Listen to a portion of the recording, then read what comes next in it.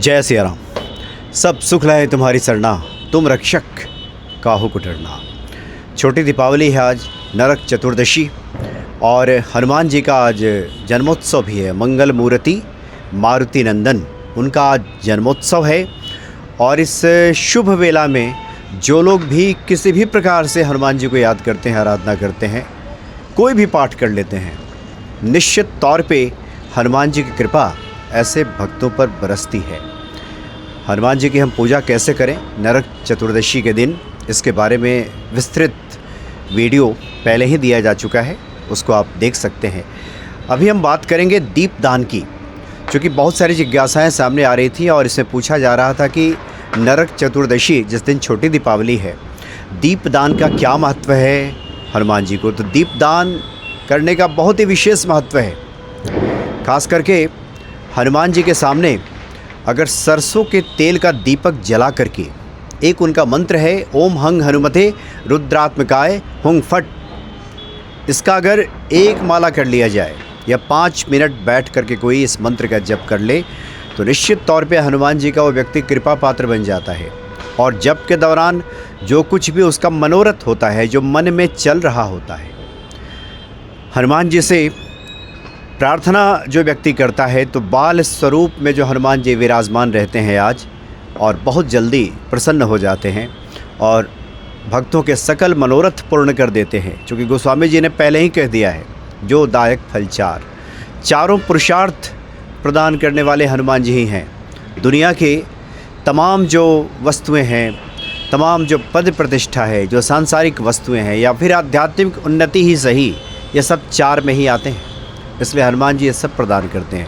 दूसरा यह है कि ईशान कोण में, ईशान कोण कहते हैं जहाँ आप ईश्वर को स्थापित करते हैं, पूरब और उत्तर का जो कोण होता है, वो जो जगह होती है, उसको ईशान कोण कहते हैं। वहाँ पे हनुमान जी का अगर चौमुखी दीपक जला दिया जाए, चौमुखी दीपक, 4 मुख वाला दीपक जला दिया जाए, और बस 5 मिनट बैठ करके कोई हनुमान जी का कोई भी मंत्र पढ़ ले या 7 बार हनुमान चालीसा ही पढ़ ले, तो हनुमान जी प्रसन्न हो जाते हैं। बहुत से जो ऐसे भक्त हैं जो बाहर शहरों में रहते हैं, एक कमरे में रहते हैं, बहुत विधि विधान से पूजा नहीं कर पाते।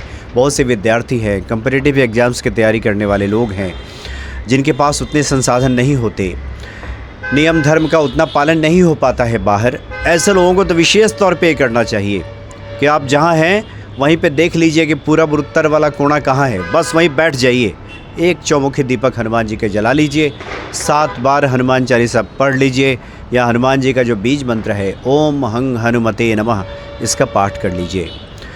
अब इसमें ये भ्रमित नहीं होना है कि ये पाठ कर लें, कि ये मंत्र कर लें। जो ध्यान में आ जाए, जो हनुमान जी की कृपा से आपके स्मरण में जो बातें आ जाएं, आप समझिए कि वही मंत्र आपके लिए बना है, वही पाठ आपके लिए बना है।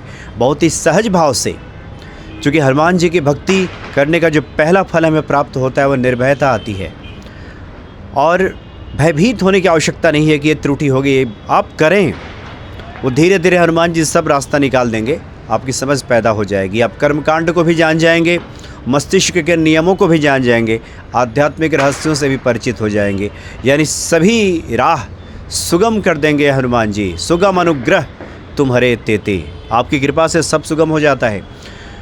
और दूसरी एक और बात है, ये भी बहुत बढ़िया उपाय है।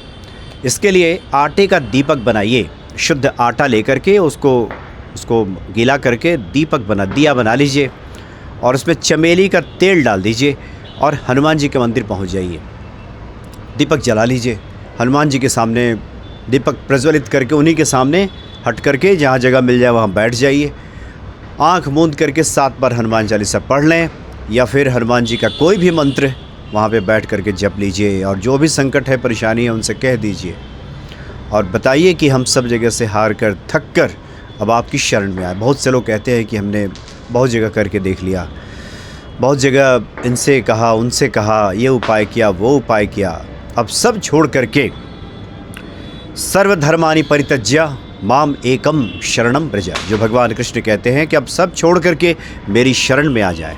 अहम तो हम सर्व पापेभ्यो मोक्षयिष्यामि, मैं तुम्हें सभी पापों से मुक्त कर दूंगा, मतलब सब संभाल लूँगा। बस जब कहीं पे अक्ल काम ना कर रही हो, विवेक काम ना कर रहा हो, तो एक ही रास्ता बचता है कि हाथ खड़े कर दें। हाथ खड़े करके वहीं पे समर्पित भाव से बैठ जाएं, हनुमान जी निश्चित ही रास्ता निकाल देंगे। कम से कम उसी दिन से आपकी विवेक बुद्धि इस प्रकार की जागृत हो जाएगी, सुमति आ जाएगी, आप बेचैनी आपकी बंद हो जाएगी।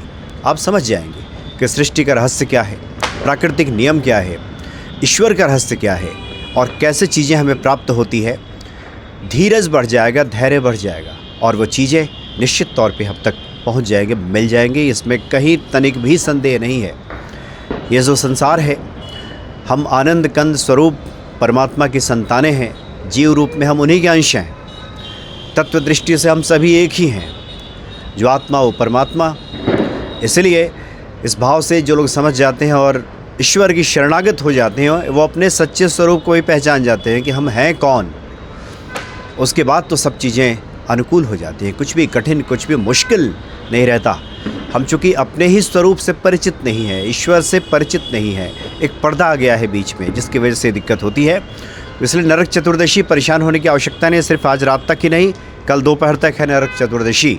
उसके बाद से अमावस्या की शुरुआत हो रही है लगभग 2:30 बजे के बाद। तो नरक चतुर्दशी वाला ये उपाय है, ये कल भी किया जा सकता है, यानी 20 अक्टूबर को भी 2 बजे तक ये उपाय किया जा सकता है।